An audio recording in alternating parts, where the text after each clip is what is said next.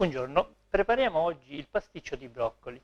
Diciamo i nostri ingredienti: broccoli, pomodori, pepe rosso, aglio e olio. Facciamo bollire prima per 10 minuti i nostri broccoli tagliati a pezzettini. Una volta cotti, tagliamo e amalgamiamo i nostri ingredienti. Aggiungiamo quindi i broccoli tagliati, il pomodoro, l'aglio e il peperoncino. Abbiamo preparato dei dischetti di pasta di spessore circa mezzo centimetro, uno più grande e uno più piccolo. Utilizzeremo quello più grande per fare da base ai nostri broccoli, che predisporremo al centro della nostra pasta.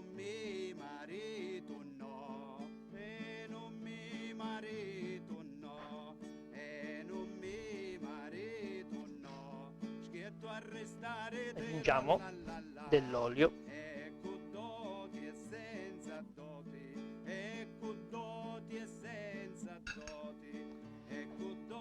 un altro ingrediente che abbiamo dimenticato è il sale, che noi aggiungeremo quando taglieremo i broccoli a pezzetti. Predisposto il coperchio, diamo una tagliata alla pasta che riteniamo che sia in più e procediamo a una chiusura ermetica del nostro piatto.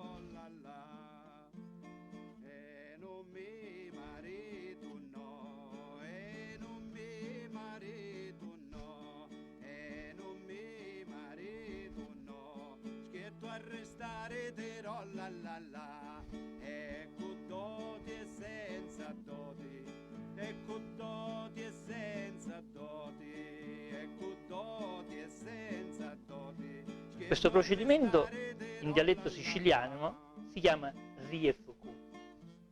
Difficile da tradurre, penso, in italiano e soprattutto in inglese, ma ci permette di dare una chiusura ermetica e una cottura omogenea dei nostri ingredienti all'interno.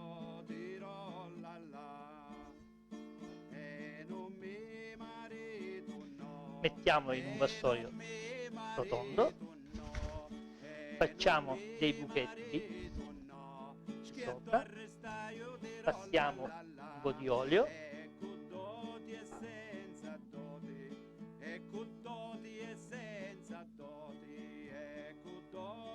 il piatto è pronto per essere infornato.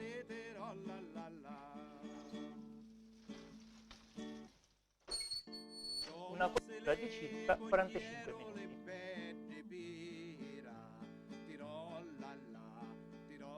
Allora, abbiamo messo nel forno il pasticcio di broccoli, sono passati 30 minuti, controlliamo se è pronto. Ecco qua, il nostro pasticcio di broccoli è pronto per essere servito.